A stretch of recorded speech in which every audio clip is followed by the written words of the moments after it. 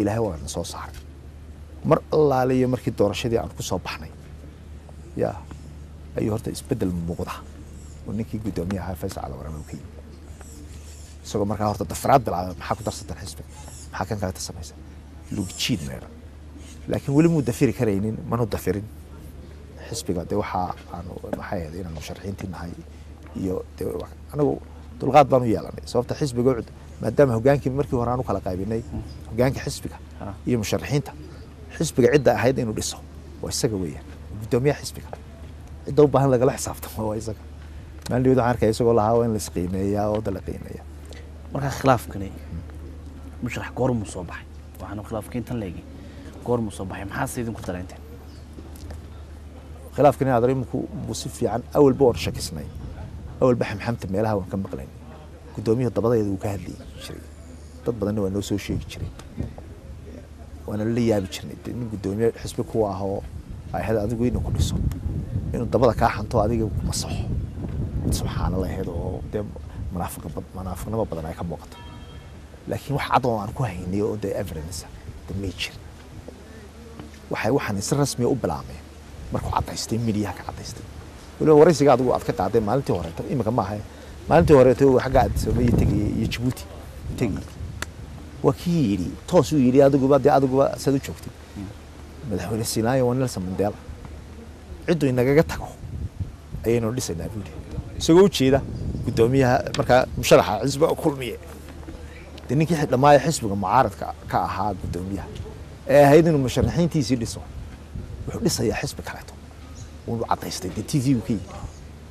waxa kale oo yiri adigu ogaa haddii musharaxiintaydu aanan dalka anuu nin qaranaan ahay nin dalka eegayaan ahay waa kii yiri musharaxiintaydu haddii aanay u qalmin waxaan oranayaa war hawl codeynna kuwa kale u codeey dawmid subxaanallah lama arag nin gudoomiye xisbi ka ah oo xisbigiisii yiraahda xisbigu gudoomiyaha ka ahaa ilaa musharaxiintoodii ma taageeriyo dad kale taageereen marka inuu kuwa kale iskaga biiro ayaa la qaato dadka kale xisbiga kale u daayo hawshooda iska wataan marka aniga waxaan taa markuu yirina waxaan sameeynay markii aanu halkan nimid ee hadal la isu yeeshay jawaabay taageerayaashii wareer ay galeen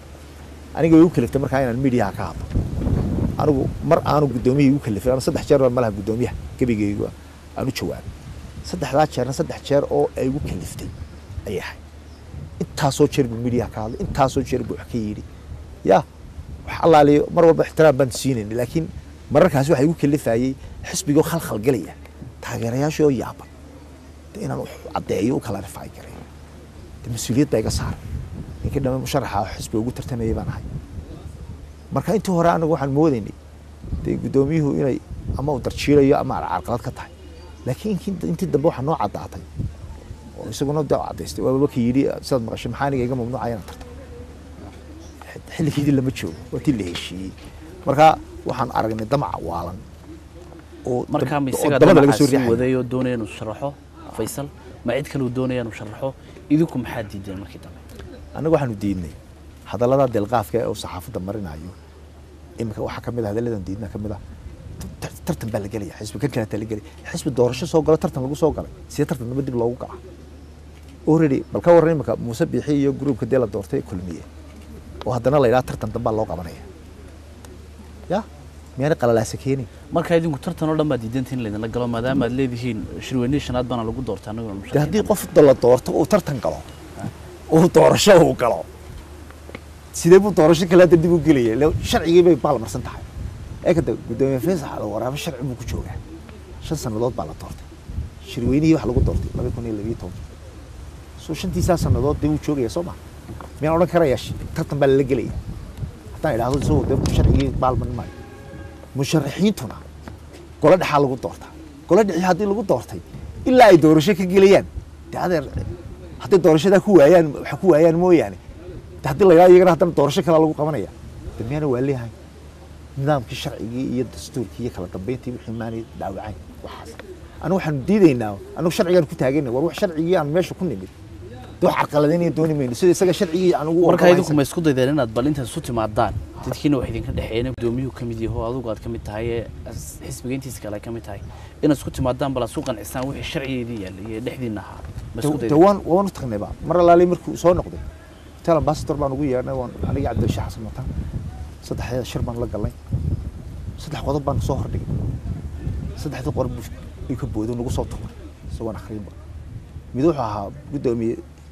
horta marka hore in dadka laga ka raali gelisid ya hadalladii aad saxaafadda marisay wadaweedo reer Boorama hadallo saxaafadda u mariyay anagu xaalkiisa laakiin xaalka anigu muhiim ma aha waa in isagu gudoomiye weeyaan isagu ka hadla ayaa ugu muhiimsan waxaan hadalka ka hortayna dalqaafka hadalka dadka ka raali gelisid baa horta muhiim waxa kale oo muhiim ah nidhi in dadkii shaki baad geliso waxa tan xisbiga kala codeynaa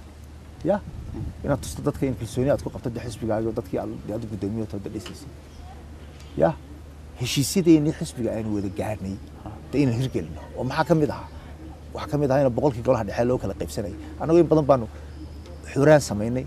kumanaan degdegay inaan golaha iyaga dhexe qaybtayadii soo buuxsano laakiin waan soo dhamaystiray golaha boqolkii golaha dhexe iyo gudadeedii fulintaba anagu isagoo dhamaystiray ayaan u geynay gudida maartay diiwaangelinta ururada siyaasadda aan u geynay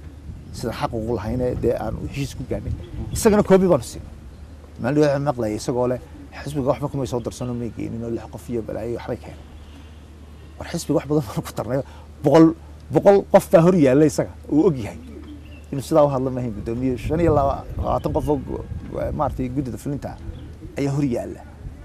oo qaybtayadii xisbiga boqolkiiba 90 qurbaha intuu ka dhisan yahay anaga soo dhisnay gobolada xisbiga dad si u eegtid Boorama Gabiile Berbera Burco anaga furnay ilaa hadda anaga lacagti kureenkoodii wuxuu anaga bixinay xisbiga anaga wali jeefkay ka bixin xisbiga waxa anaga bixin mooyaan waxba ma soo galin wax Allah wax naga soo galin halka uu gudoomiyihiisa uu ka faa'iiday laftirkiisa xisbiga mar la markuu soo baxay 10,000 oo dollar baa ay xukuumadda ay dawladdu ay siisaa xisbiga oo loogu talagalay in gobolada lagu dhiso gobolada laguma dhiso xafiiska maxay ahayd ku yaala maxay ahayd xarunta dhexe inuu gudoomiyaha ka bixiyay inta yar shaqaalaha xisaab cilmi uu soo celin maanaan weydiin ninka iska qaadanay isagoo sidoo doonana yeelay kolba markuu doonana madaxtooyada galay markuu doonana ka soo baxay dadsan xisbi lagu noqon kara maayo maantana waxa uu bilaabay inuu yiraahdo damac isagii soo galo yiraahdo sidaan anagu day ognahay in isagii dabada laga soo riixay isagoo cadaystay in dabada laga soo riixay isagoo doonaya marka ummadda hor yimaado marka dhowr jeer wad ku celisay hadalka maxaad ku cadeynaysaa marka in isaga xukuumaddu dabada ka wado oo isagu soo wado la doonayo inuu san sameeyo damciisa ka sako waxaan ognahay heshiisyada iyo xukuumadda heshiisyada qarsoodiga la galo hadaladiisan uu ku hadlayo oo isagu saxaafadda ka leeyahay kaas cadeyn kugu filan ba maada cadeyn kala u baahan soo kan kule madaxweynuhu waa Nelson Mandela xisbiga inaga tagay dhisayna gudoomiye xisbiga weeye isaga baa hadalkiisa kule ma wax kala u baahan tahay anagu waxaan u aragnaa in kala jab xukuumadda iyo barbar ay doonayso in la damacsato xisbiga mucaaradkii ay u aragtay baqdina laga qaba anaga dartii ya ayana lagu soo basbaasaynay ninkii gudoomiyaha noo ah oo la doonayaa in xisbigii lagu dhaawaco lagu barbaray isagana damca waaliye la geliyay ee dalka waxa ka dhacay fawda ka dhacday shuruucdii dalka oo dhan baa lagu tuntay wax kasta waa la sameeyay oo suurtagal oo suurtagal shacabkiina kama kicin marka wax kasta la sameeyay markii dambe xaaba la yidhi ba nimankii musharaxiinta ah ee 3 sanadood musharaxiinta lagu yeeray tacabka badan ka galay loo doortay meesha hadii la doono iyaga laftirkooda meesha ka tuuri karay waxyaalo dalka fawda ku keenaya oo dhibaato ku keenaya shacabkana kicinaya dimuqraadiyadii Soomaaliland ee ku soo caalamaalay dhaawacaya taas waxay keenaysaa in aan doorashada dambaba dalka aanay ka gelin oo haddii xisbigii kale la dhaawaco aanay dhibaato aan